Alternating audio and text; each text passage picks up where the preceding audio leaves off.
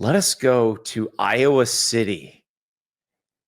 Oregon 6 visits Iowa. Oregon is a 6-point favorite on the road. We should have played Guess the Line on this when we did the early preview. I don't think this is the line I would have picked. I think I would have gone a little bit lower. I think I would have gone Oregon by 3.5. Interesting. Really. Mm-hmm. I might have gone Oregon a little higher if I were to Interesting. So the one thing that we failed to do yesterday when we did our video on this game that you can find on the YouTube channel, is acknowledge the weather conditions that Oregon and Wisconsin played in.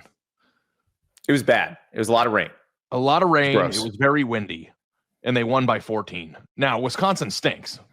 Iowa is much better than Wisconsin. The game's on the road. I anticipate that Iowa will put in a much better fight than Wisconsin did, just because of how good they are.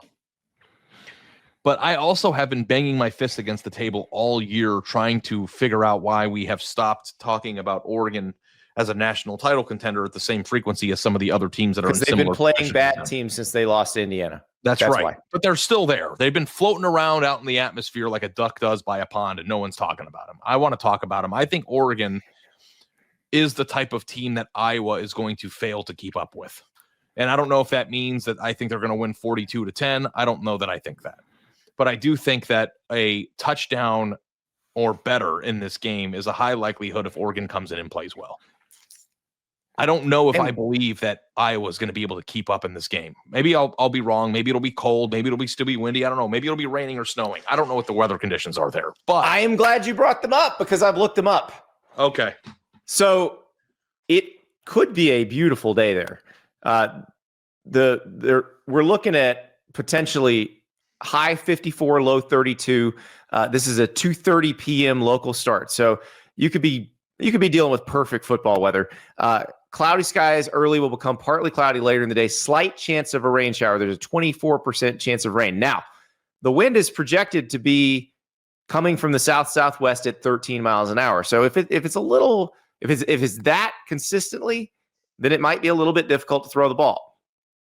And then if it's difficult to throw the ball and Oregon has to telegraph what it's going to do offensively and Iowa can just load the box, then we are going to just, pick the under, and it's going to be a very close game. Okay.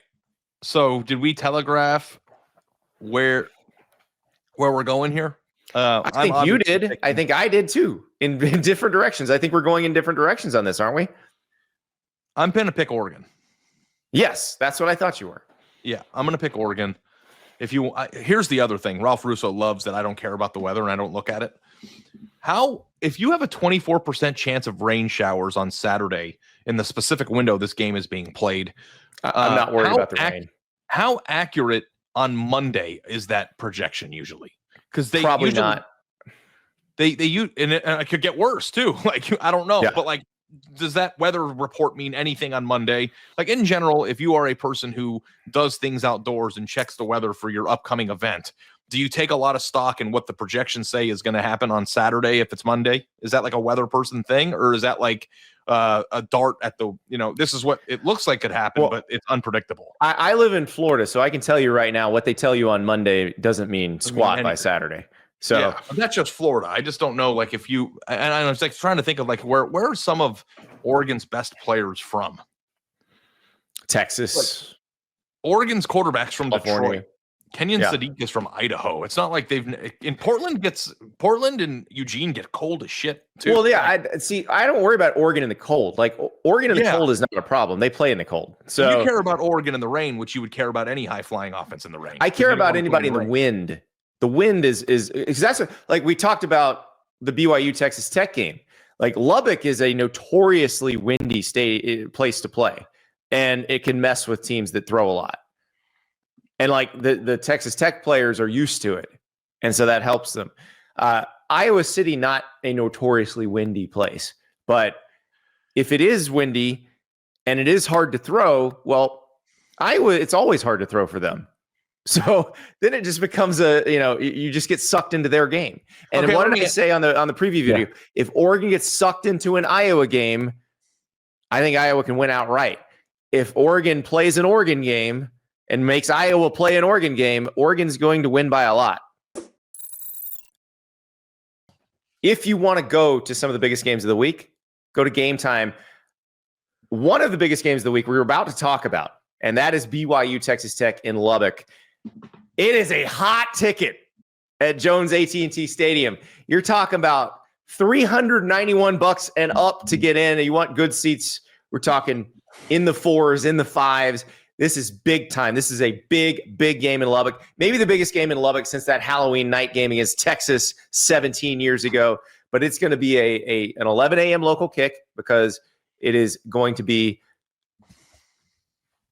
on your TVs very early. And this is going to be a lot of fun. So download the Gametime app if you want tickets. Or if you want, I don't know, maybe Texas A&M, Missouri. You want to go to Columbia, Missouri, eat some Shakespeare's pizza. Watch Texas A&M try to stay undefeated. Watch Missouri try to stay alive in the playoff race. Go to the Gametime app. Use the code STAPLES for $20 off your first purchase. Terms apply, of course. The price you see, that is the price you pay. There's no junk added at the end at checkout. That's the price you pay. No BS from Gametime. Swipe, tap, ticket, go. Use the code STAPLES for $20 off your first purchase. Yes or no? Is Oregon a national title contender in your mind? I don't know. I want to see the Iowa and USC games before I tell you that. That's a cop-out answer. It's not. Yet last year at this time, I would have said a definitive yes. It's their national title. Okay, I've kidnapped you. Okay, we are off. The best team they played, they lost to. I've kidnapped you. We are in my car, and I'm driving to an undisclosed location. You're tied up in the back seat. Yep. And I said, I know the answer to whether Oregon is a national title contender in my brain. I know it. If you answer this correctly, I will let you out and you can go home. And if not, I'm driving this car off a cliff and jumping out at the last second. Okay. What would you answer? Oregon's a national title contender. Okay. Me too. It took a minute to get there. I just wanted you to say it. Now, do you think that Iowa, as well as they're playing, is going to play a one-touchdown game with a national title contender? They already have. Okay. We've actually seen it happen. You're acting like it's theoretical. Yeah, we have watched them do it against Indiana. Okay. All right. You got it. I've got Oregon. I feel really good about Oregon this week. Now I will take Iowa to cover. I don't think Iowa's going to win the game. I think Iowa's going to muck the game up. Okay. I actually think that this is the game I'm most excited to watch this week. It is definitely the game I'm most excited to watch. Yeah. And if Iowa wins this thing, Iowa's a legit playoff contender. They'd still have to beat USC and they'd have to beat Nebraska. But if they can beat Oregon, they can beat either of those two teams. I think that would be really cool too, because Kirk Ferentz would have had like 6 or 7 teams during his time at Iowa that would have made the 12-team playoff. Had it existed during the time he had those teams. Obviously, he's getting up there in age and is one of the is he the longest tenured coach in college football now? He is, yes. It would be cool to see him make it 1 year before he's finished there. So, and Iowa fans have been through a lot the last few years. Like their entire existence on our podcast since its inception was to be made fun of. This weekend's an opportunity to be completely opposite of that and show the world that you're a legit team. And maybe they will. I don't know. I'm wrong. If you're an Iowa fan, I'd be excited to hear that I picked against you. Yeah. Go check Ari's record, Iowa fans. Go check my record. It's dog shit. Yep. All right.